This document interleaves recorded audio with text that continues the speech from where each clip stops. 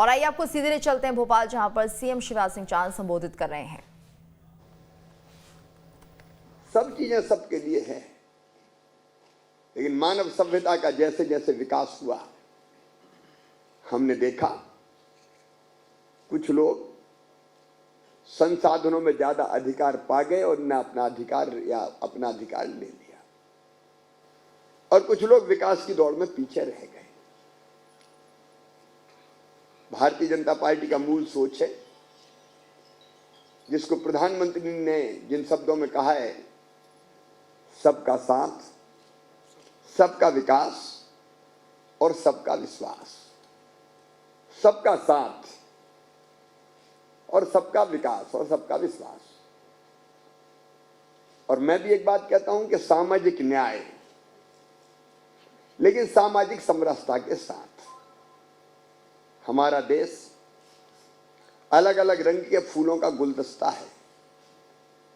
हर एक फूल अपने रंग की छटा भी बिखेरे और अपनी खुशबू से भी पूरे देश को आलोकित करे, लेकिन अवसरों की समानता ये सबके लिए होनी चाहिए। और इसलिए जब हम पाते हैं कि हमारा जनजातीय समाज अगर विकास की दौड़ में पिछड़ गया है, तो हमको बराबर लाने के लिए कुछ विशेष प्रयास करने पड़ेंगे। हम समाज के हर एक वर्ग के लिए चिंतित हैं और कुछ ना कुछ कर रहे हैं। सामान्य वर्ग कल्याण आयोग हो, पिछड़ा वर्ग कल्याण आयोग हो, अनुसूचित जनजाति आयोग हो, अनुसूचित जाति आयोग हो, गरीबों के लिए सुविधाएं मुहैया कराना ये सरकार का परम कर्तव्य है। लेकिन कई मुद्दे ऐसे थे जिन पर मुझे लगता था कि बहुत तेजी से और बहुत गहराई से काम करने की आवश्यकता है। जब मैं जनजाति आदिवासी भाई और बहनों के बारे में सोचता हूं, तो एक हमने रोड मैप बनाया है परिस्थितियां देख के। जब मैं पहले मुख्यमंत्री बना 2005 में, मुझे लगा कि सड़क, बिजली, पानी इससे वंचित है वो क्षेत्र। तो सड़कों के जाल से लेके बिजली की व्यवस्था तक, पानी के इंतजाम तक। अब मैं जब अलीराजपुर जिले में गया तो मुझे वहां के जनप्रतिनिधि मित्रों ने कहा, समाज सेवियों ने कहा, नागर सिंह, माधो सिंह, कि साहब नर्मदा का पानी यहां लेके आओ। काम कठिन था, लेकिन हमने तय किया कि हमारे आदिवासी भाई और बहनों के खेतों में भी नर्मदा जी का पानी आएगा। और हमने लिफ्ट इरिगेशन की योजना, क्योंकि पानी वहां नहर से नहीं जा सकता। ऊंचे नीचे खेत आपने देखे होंगे, झाबुआ के, अलीराजपुर के, बड़वानी के। और आज मुझे कहते हुए खुशी है कि उस पर तेजी से काम चल रहा है। हमने व्यापक पैमाने पर कपिल धारा के कुएं बनाए। 3 लाख से ज्यादा कपिल धारा के कुएं बने, जिससे खेतों में सिंचाई शुरू हुई और सब्जी भाजी और दूसरी चीजें पैदा करना प्रारंभ हुआ। मैंने देखा मेरी बेटियां, विशेषकर आदिवासी बेटियां, जनजाति बेटियां, बेटे भी बहुत कम स्कूल जाते थे। तो मुझे लगा जाएंगे कैसे। उसी में से कल्पना निकली कि कम से कम, क्योंकि गांव तक तो पढ़ा दे, लेकिन गांव के बाहर अगर जाना हो तो माता पिता भेजते रहे। तो हमने की साइकिलों की व्यवस्था कि बेटी रानी पैदल नहीं जा, साइकिल पर बैठ के जाए। बाद में भांजे बिगड़ गए, कहने लगे मामा बेईमानी कर रहे हो। भांजियां साइकिल पे जा रही, हम पैदल ही घिसट रहे हैं, हमें भी दे दे मामा। तो हमने उनको भी शुरू कर दिया। आश्रमशालाएं, छात्रावास, स्कूलों की हाई, क्योंकि 8वीं तक 5वीं तक स्कूल थे, ज्यादा बच्चे पढ़ते नहीं थे। हमने हाई स्कूल खोले, हायर सेकेंडरी स्कूल खोले, छात्रावास, आश्रमशालाएं जगह जगह। लोग मुझे कहते थे, अफसर भी कहते थे, गांव गांव में छात्रावास, ये कैसे चलेंगे। लेकिन एक जिद थी कि हमारे ये बच्चे, इनमें बुद्धि, क्षमता, प्रतिभा सब है, थोड़ा सा पढ़ने का अवसर मिल जाए तो ये बच्चे चमत्कार कर सकते हैं। और सचमुच में भोपाल मेरे लिए बहुत आनंद के थे जब मैं उन क्षेत्रों में जाता और सुबह या शाम को स्कूल के छूटने का या लगने का समय होता और मेरी बेटियां साइकिल पर बैठ बैठ के झुंड में स्कूल जाती। शिक्षा का महाअभियान प्रारंभ हुआ।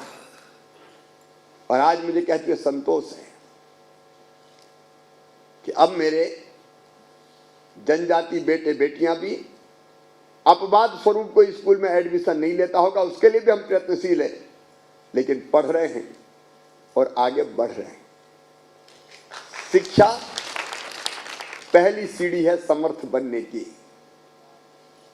हमने कई तरह की कोशिशें की, जैसे मुझे बच्चों ने कहा कॉलेज में चले गए,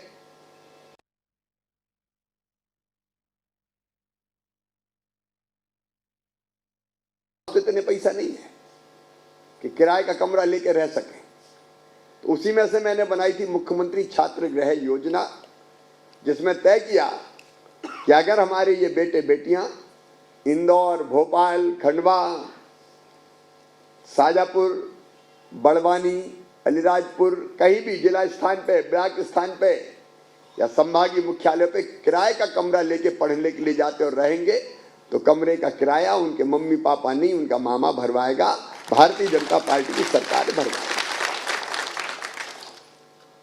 कई बच्चे बहुत प्रतिभाशाली थे।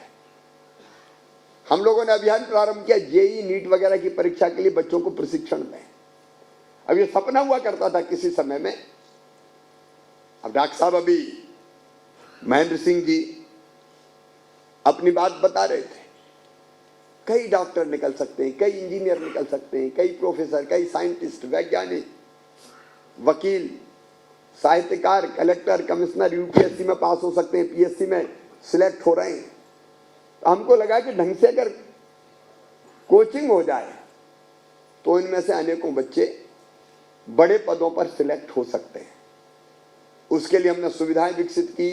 दिल्ली में भी रह के अगर कोचिंग करना चाहे तो उसका खर्चा उठाने का हमने संकल्प लिया।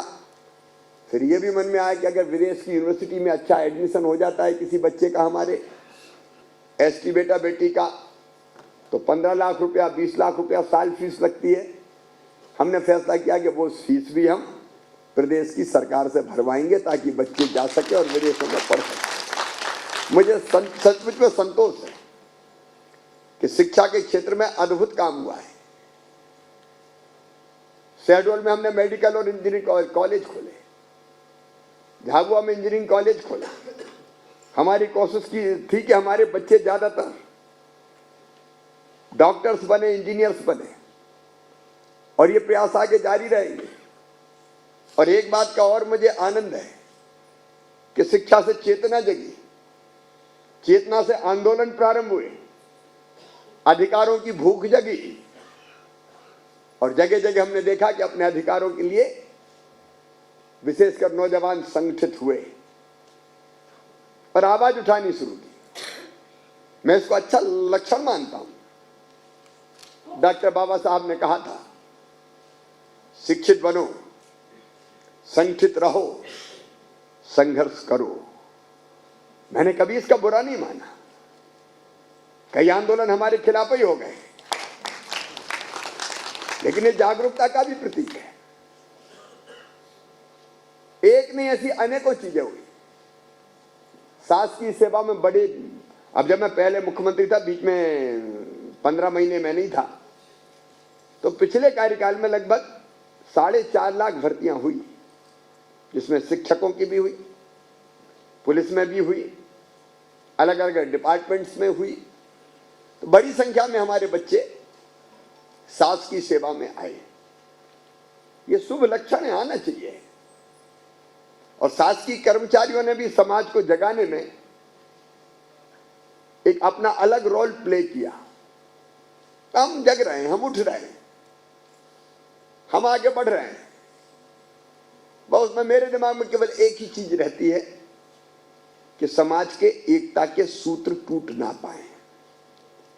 कई लोग हमारे समाज को, संपूर्ण समाज की मैं बात कर रहा हूं, कमजोर करना चाहते हैं।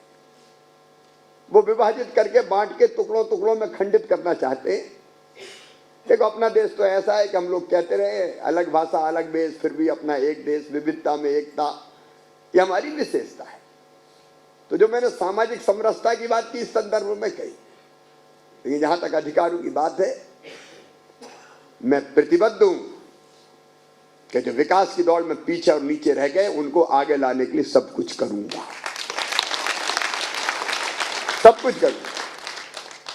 और इसलिए पिछले दिनों हमने व्यापक विचार विमर्श किया।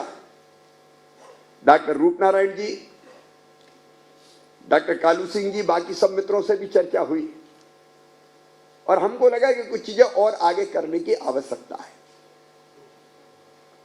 और इसलिए हमने कुछ नई चीजें तय की।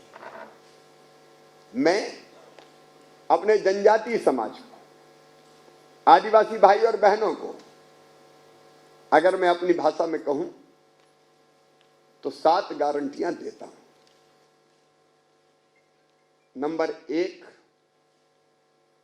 विकास की गारंटी। देखिए, जब तक सड़कें नहीं पहुंचेगी, बिजली नहीं होगी, पानी नहीं होगा, बुनियादी सुविधाओं का अभाव होगा, तब तक सही अर्थों में हम आगे नहीं बढ़ सकते। मित्रों, आप भी अलग अलग जनजातीय क्षेत्रों से आते हैं। आपने देखा होगा कि इसमें हमने कोई कसर नहीं छोड़ी और विकास कभी थमने वाली प्रक्रिया नहीं है। एक चीज पूरी होती है तो दूसरे की ललक पैदा हो जाती है। जैसे पहले डिमांड आती थी हैंडपंप लगवाओ, हैंडपंप जरूरत थी क्योंकि पानी उसी से पीते थे। लेकिन अब हमने तय किया कि हैंडपंप का पानी नहीं, जनजातीय क्षेत्रों में भी पाइपलाइन बिछा के, फिल्टर प्लांट लगा के, चाहे बांधों से खींचना पड़े, चाहे अंडरग्राउंड वाटर का उपयोग करना पड़े, हम शुद्ध पेयजल पाइपलाइन बिछा के और घरों में टोटी वाला नल लगा के देंगे ताकि पानी के लिए घंटों मशक्कत ना करना पड़े। तो एक चीज पूरी होती है तो विकास और आगे बढ़ जाता है। तो एक, विकास की गारंटी जनजातीय क्षेत्रों में। दूसरे, जन कल्याण की योजनाओं को ठीक ढंग से पहुंचाने की गारंटी। योजना बन जाती है, यहां बैठ के जब हम देखते हैं तो संतुष्ट रहते हैं, बल्लभ भवन के बन गई, और अफसरों से पूछते क्या हाल है तो कहते हैं आनंद की वर्षा हो रही है, सब ठीक ठाक है सर। लेकिन जमीन पे अगर जाते हैं तो कई बार अलग स्थितियां देखने को मिलती है। उसी में से यह भाव पैदा होता है कि सुविधाओं का, योजनाओं का बेहतर लाभ। इसलिए मेरा जन दर्शन होता है, बीच बीच में जनता से जाके पूछता हूं। इसी के लिए जन सुनवाई की व्यवस्था, इसी के लिए सीएम हेल्पलाइन, इसी के लिए औचक निरीक्षण, इसी के लिए समाधान ऑनलाइन, जैसे अनेकों प्रयोग किए। लेकिन कुछ चीजें जैसे राशन, अब आदिवासी जनजाति भाई बहनों के लिए तो सबको राशन, कोई न छूटे हमने कहा। लेकिन राशन की दुकान दूर दूर होती है, टोला मजरा अलग अलग दूर दूर हम रहते हैं।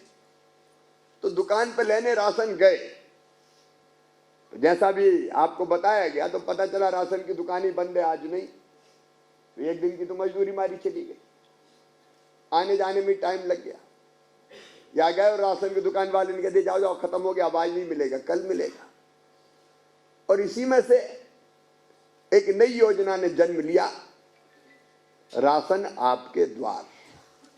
हमने तय किया 89 ट्राइबल ब्लॉक्स में से शुरू करेंगे हम। एक साथ सब में शुरू नहीं होगी, थोड़ा समय लगेगा।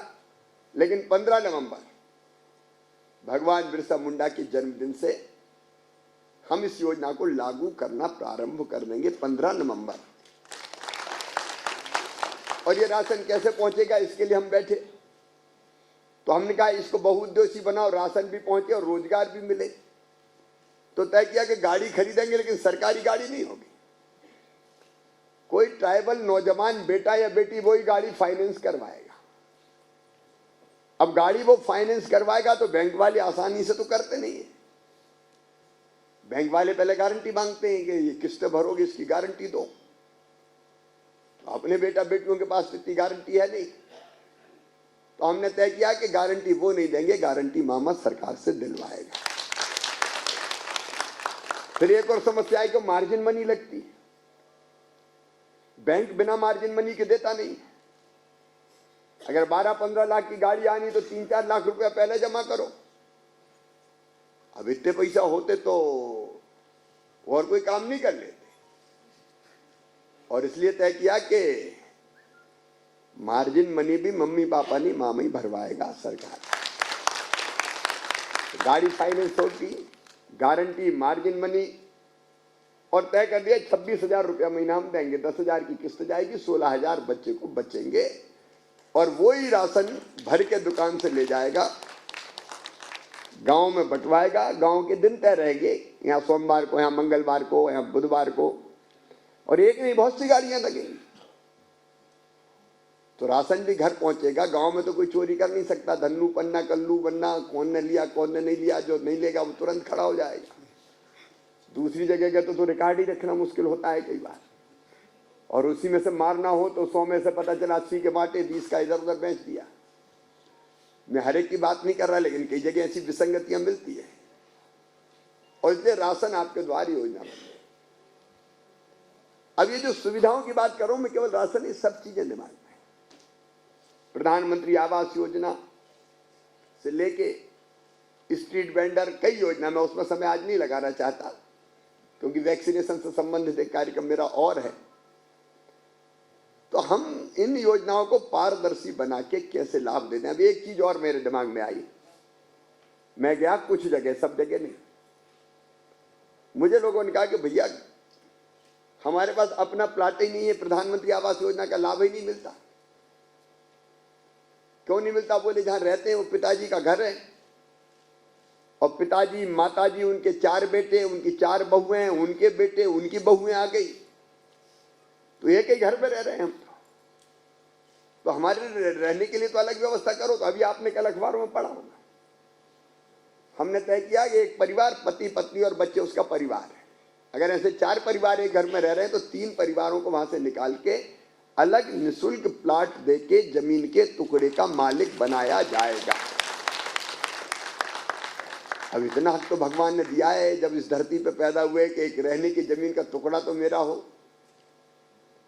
और उसके बाद फिर आवास प्लस का सर्वे, 2011 की सर्वे सूची में कई के नाम ही नहीं है, प्रधानमंत्री आवास योजना के संदर्भ में मैं कह रहा हूं। तो नाम नहीं तो मिलेगा ही नहीं, कई वंचित है। और इसलिए हमने तय किया कि फिर से नया सर्वे होगा। कोई ब्रह्मा जी ने सूची बना के थोड़ी भेज दी कि अब परिवर्तन ही नहीं हो सकता। हम नई सूची बनाएंगे, आवास प्लस का सर्वे हो रहा है, सूची बनाएंगे, और जो गरीब है उनका नाम जोड़ के उनको भी मकान के लिए पैसे दिलवाए जाएंगे। तो मैं दूसरी गारंटी की बात कर रहा था, सुविधाओं को ठीक ढंग से पहुंचाने की गारंटी, और सुविधाओं को पैदा करना आवश्यकता के हिसाब से। ये खत्म नहीं होगा, ये योजना का लाभ मिलेगा तो दूसरी ललक पैदा होगी।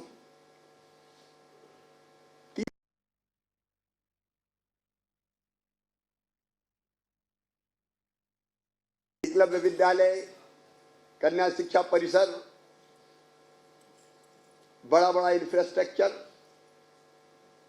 अब उससे भी आगे एक कदम और बढ़ के सीएम राज स्कूल भी जनजाति क्षेत्रों में, जिसमें लैब होगी, लाइब्रेरी होगी, प्लेग्राउंड होगा, और एक जगह 5-5 हजार, 8-8 हजार, 10-10 हजार बच्चे पढ़ेंगे।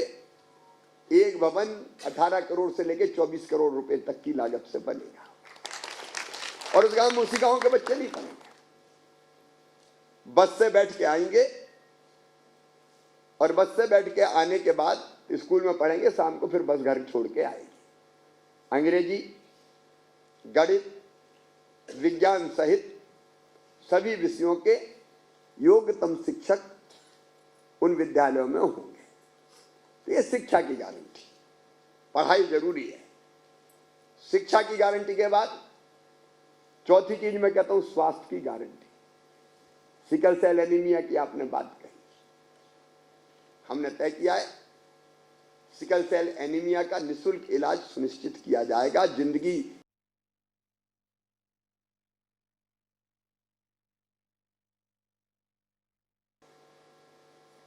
उससे हर संभव प्रयास करेंगे। प्रधानमंत्री जी ने जो आयुष्मान भारत योजना बनाई, उसके कार्ड बड़ी संख्या में बनवा रहे हैं। कोई भाई बहन ना रह जाए इसकी चिंता कर रहे हैं। उसमें सरकारी अस्पताल के अलावा प्राइवेट अस्पताल में भी निःशुल्क इलाज 5 लाख रुपए तक का 1 साल में एक परिवार का किया जाएगा। इसके साथ सुरक्षा की गारंटी।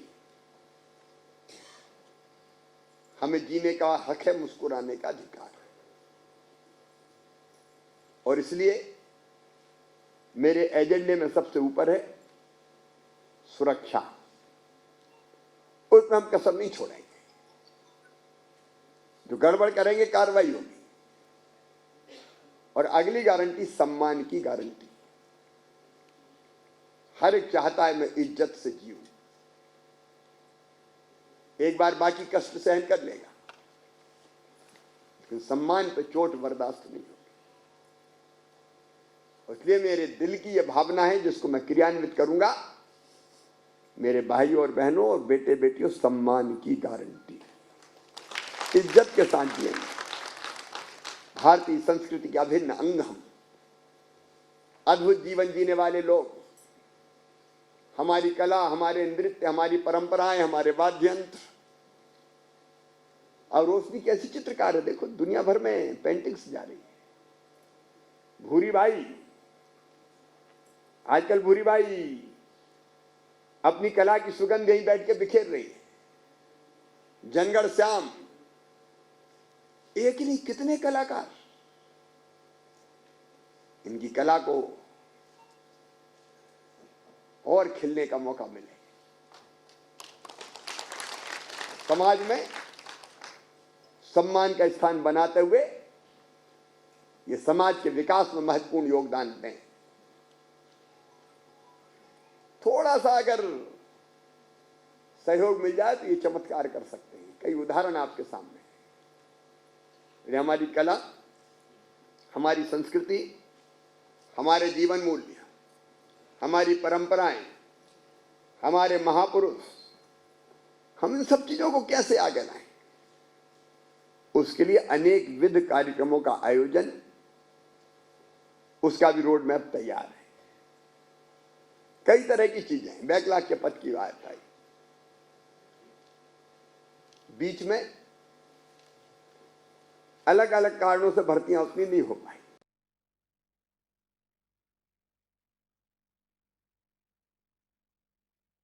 कम 1 लाख भर्तियां सरकारी की जाएं।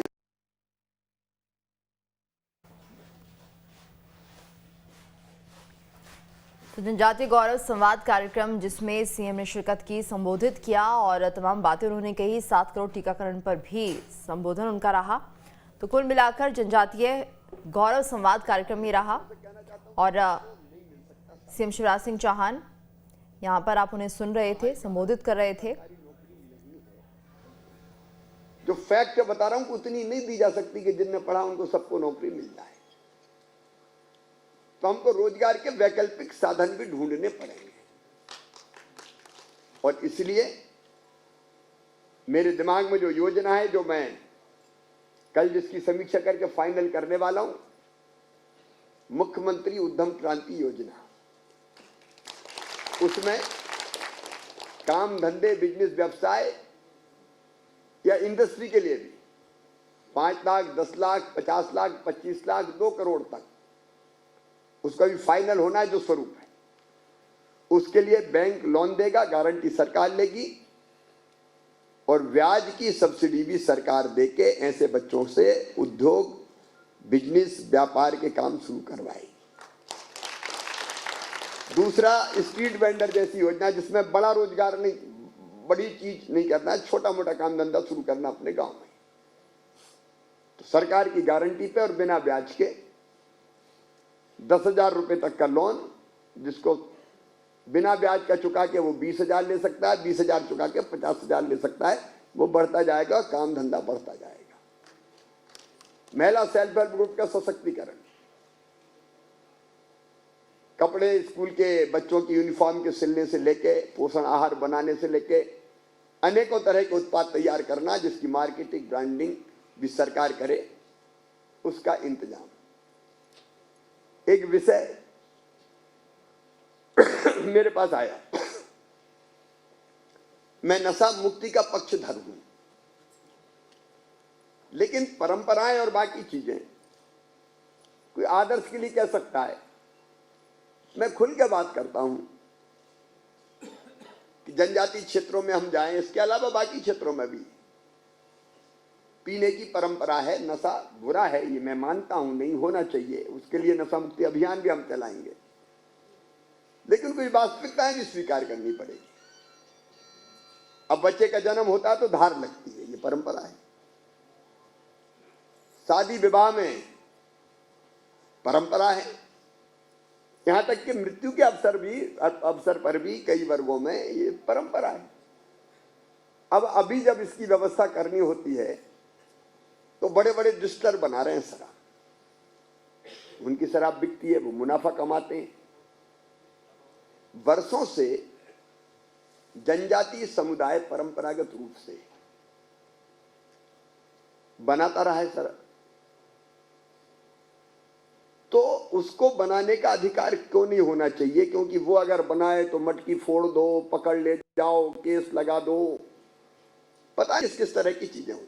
या तो बंद हो, सब तय कर लें।